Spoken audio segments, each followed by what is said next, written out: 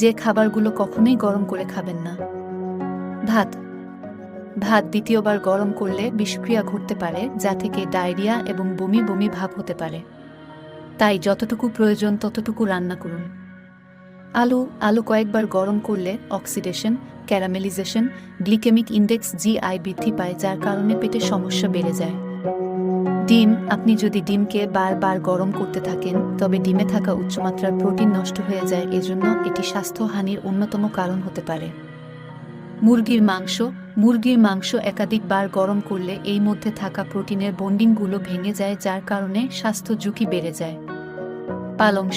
পালং শাক আমাদের সবার প্রিয়, কিন্তু বিশেষজ্ঞদের মতে এটি একাধিকবার গরম করে খেলে ক্যান্সার সৃষ্টিকারী উপাদান বেড়ে যায়। অ্যাভোকাডোর তেল, হেজেলনাটের তেল, আখরোটের তেল ইত্যাদি দিয়ে রান্না করলে খেতে যেমন সুস্বাদু হয়, তেমনই এর সমস্যাও আছে বহুগুণ।